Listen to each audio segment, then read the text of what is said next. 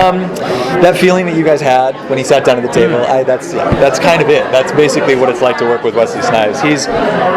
What was neat for me was to be reminded there's a reason that he was the biggest action star of a generation. Like, he's not just an action guy, but he's a hell of an actor, you know. So we would work scenes out, we would figure out blocking, and we would figure out stuff in the scene, and just the way he worked in the ensemble and the way he approached the work, it was really great for me. And I was a huge fan growing up. So anytime you work with someone that you were a fan of, and they're real people, and they give, and they work as a team, it's amazing. It's really cool. I play Alex Kane in The Player.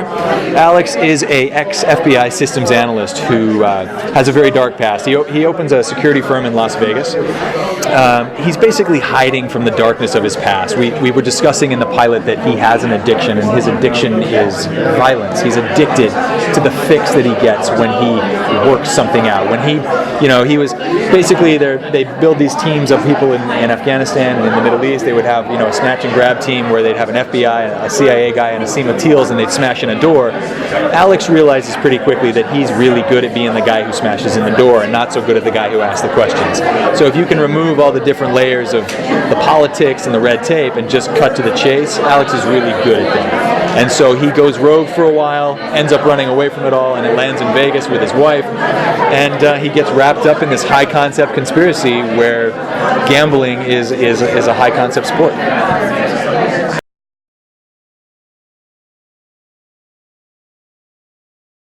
One of the things that we all talk about, Wesley and John Rogers, the producers from The Blacklist, it's smart writing, and that always helps. That ticks a lot of boxes. We got flawed characters that are doing real things in real situations.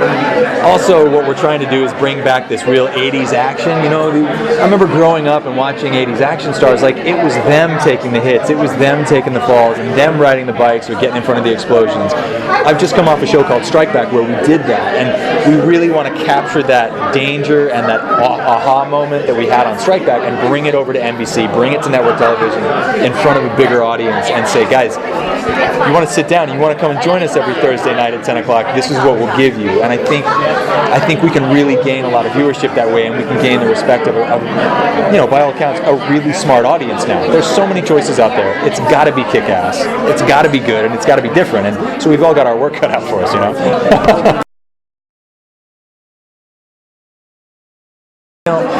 One of the things we discovered on Strike Back, and that we absolutely had right away on The Player, was action for action's sake is just boring. Nobody cares. If you've got a bunch of guys beating the hell out of each other and shooting at each other and never getting hurt, and their lives don't matter, the action doesn't matter.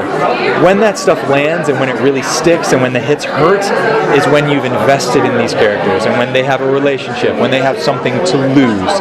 So when that stuff starts happening in their lives as characters, you go, oh my gosh, the peril, it goes up 10 notches. So we have to stick that stuff in before, and then we can incorporate all this fun action.